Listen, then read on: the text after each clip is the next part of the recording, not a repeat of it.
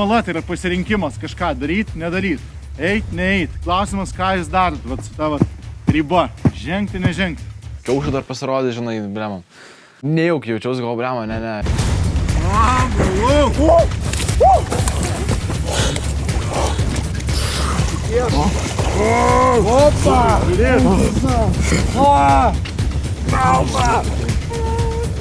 Didžiuojasi, kad iš viso įlipau.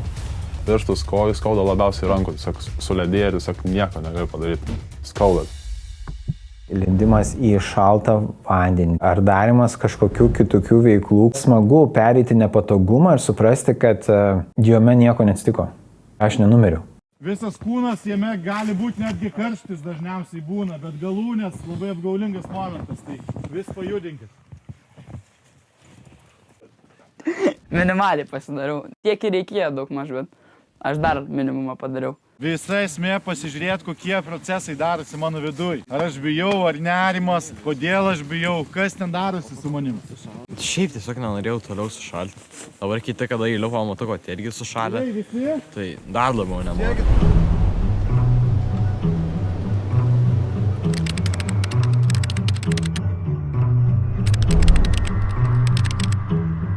Minutė kovos, geriausia būtų, kad be kraujo. Jau.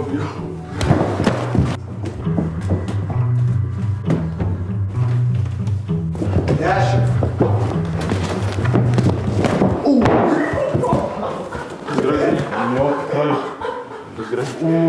Jo, viskas, galima baigti. Viskas tikrai? Paleidau vieną, nenorėdamas. Dingo vaizdas. Čia tiesiog skauda, kažką čia nejaučiu, bet atrodo, kad visas smegenis taip sujudėjo. Nu gerai, biškį norėjau, bet ne taip stipriai norėjau. Faina buvo patirti tokį smūgį, kad ne viskas yra tiesa, ką tu galvoji. Maniau, kad čia bus lengva viskas, kietai pasirodysiu. Pasijutau labai silpnas. Aš buvau patikėtas, kad išėjai. Net ir jeigu fiziškai jaučiuosi kažkoks silpnesnis, bet aš turiu bendraamžių palaikymą, požiūris į mane nepasikeičia, tai aš esu priimtas į grupę. Ir tai yra labai svarbu. Mūsų visas savaitgalis yra apie emocijas, jas iššaukti, jas įsivardinti, kokios emocijos skirtingose situacijose man išlenda.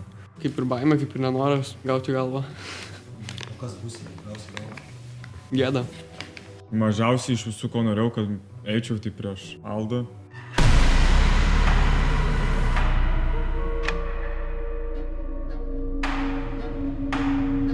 Tas džiudžitsu pralankęs, nežinau kiek ten laiko. Biškai pikta buvo.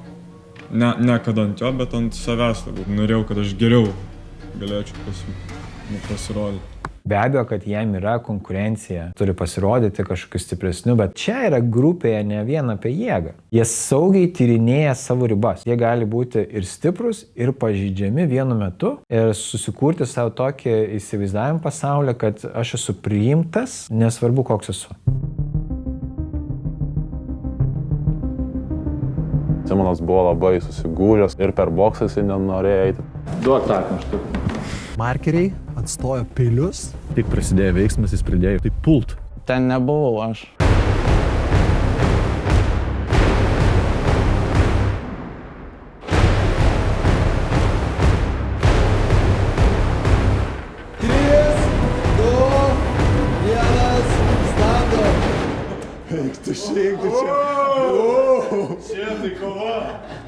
Tiesiog kūnas veikia kažkodėl, bet mano galva visiškai kitoje vietoje buvo. Nežinau, ten tam lapė nėra parašyta, kaip aš jaučiuosi.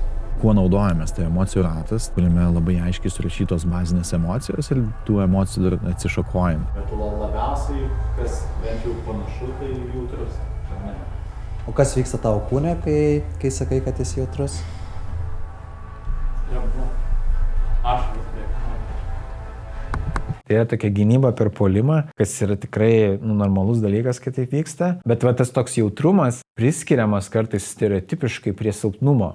Ir ypatingai vaikinams yra tas toks, kad, tai tipo, jeigu tu jautrus, tai boba, mižnius.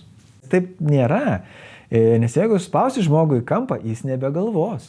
Jis nebemastys apie tai, sužeis tavęs ar nesužeis. Jis bandys tiesiog save išgelbėti. Pulti taip, kad maža nepasirodytų. Neatrodo labai smagu.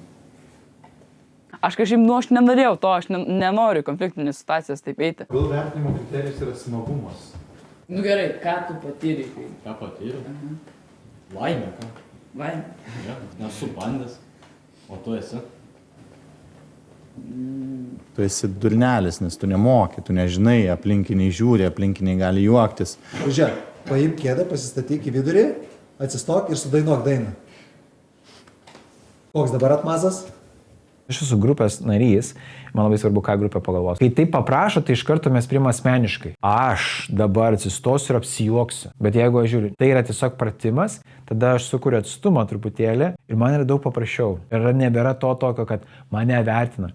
Tai jeigu vertina, koks skirtumas? Aš juk pratimą darau, o ne pasirodau, kaip aš moku dainuoti. Kai mes išmokstam tai pakeisti savo mąstymę, tą reikšmę, mums yra ne taip sudėtinga daryti visus sudėtingus dalykus. Nereiks dainuoti. Eik be kėdės ir suvaidink be džono.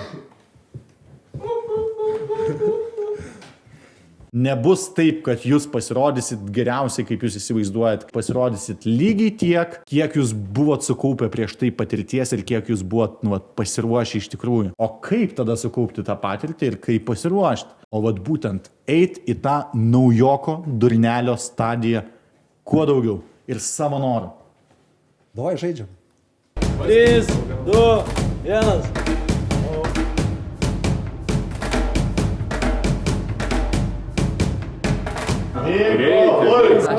Viskas ok, ne, tai ne, bet labai svarbu dabar. Kas slypi už to, ne?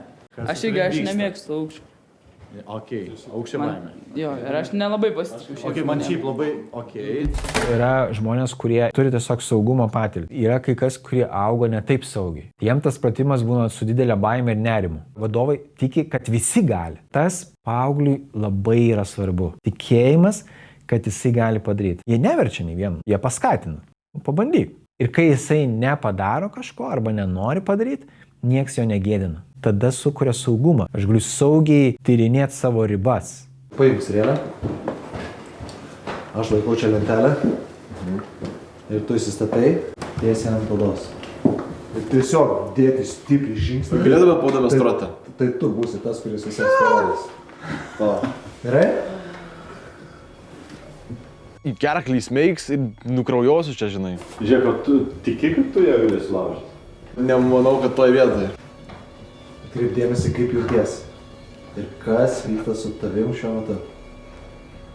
Nenoriu mirti. Kvėpuok. Aš galvoju, neįmanoma perlaužti realias per pusę su kaklu. Na?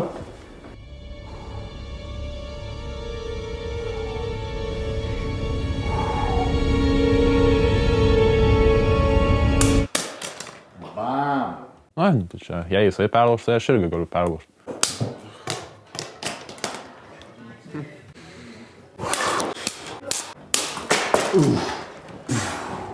Tu tikrai to nedarytum normaliai. Eini gatvėje, galvotum, kad tu žudais ar kažką. Nori?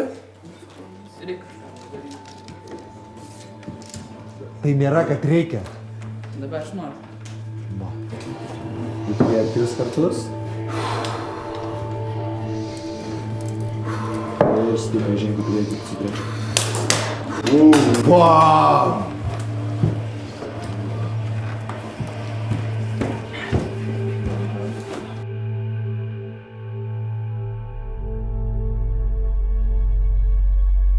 Tikrai gauna didelį paaugimą. Pasitikėjimas savimi, savo jėgomis, kad aš bijojau, bet padariau. Visi bijom, skiriamės tik to, kad vieni daro, kiti nedaro.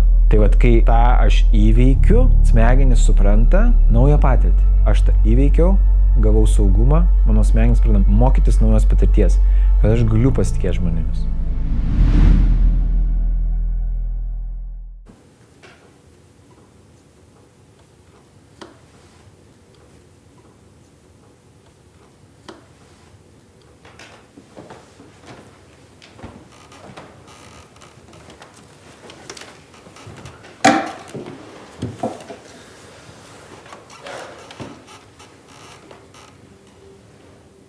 Mano didžiausia baimė yra likti vienam.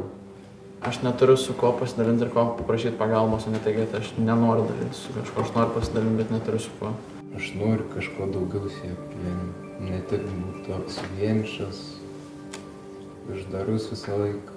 Kai visą laiką pripratai būti vienas, tai labai sunku tiesiog ateiti ir pasisakyti kitam. Aš įsivaizduoju namas, čia yra skausmas, tai čia yra mano visas likusis namas iš emocijų. Tai va čia yra tas skausmas. Ką man tada daryti?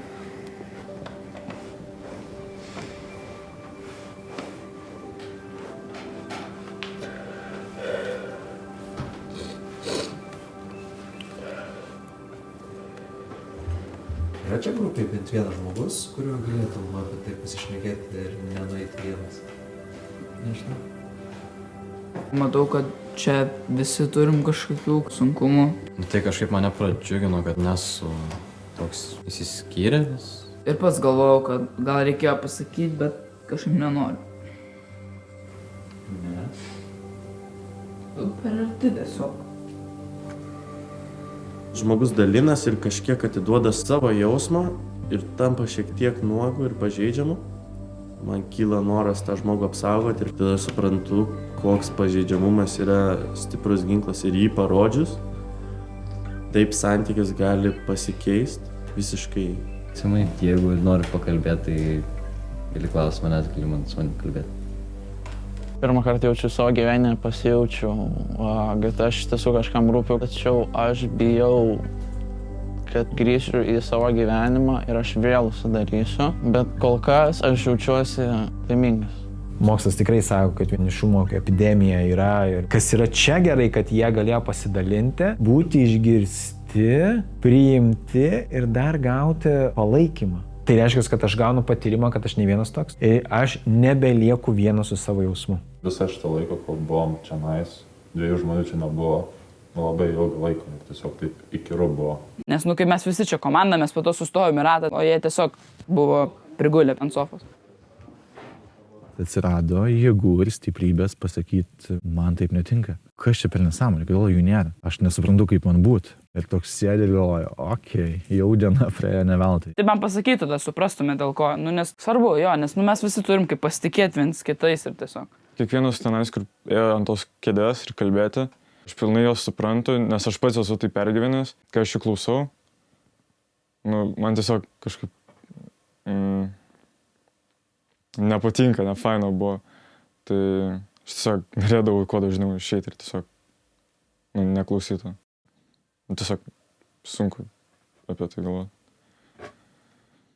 Tas momentas yra labai stiprus vien to, kad vienas išdrįsta pasakyti, kad man nepatinka, kad jūsų nėra grupėje, nes mes grupė ir mes jėga, bet tuo pačiu ir parodo, kad nėra tai, kad mes pasikėlę nenorim būti grupėje, bet už to slypi kažkokios emocinės žaizdos ir tiesiog reikia laiko, kad įgauti pasitikėjimą, kad toje grupėje aš galėsiu išlaikyti tas emocijas. Nelengva būti jautriam, nelengva būti atviram ir parodimas savo lyderystės ir savo jautrumo dalies praplečia tą tokį matymą, praplečia diapazoną. Tas labai fainai, kai vaikinai leidžiasi būti pamatomi kitokie.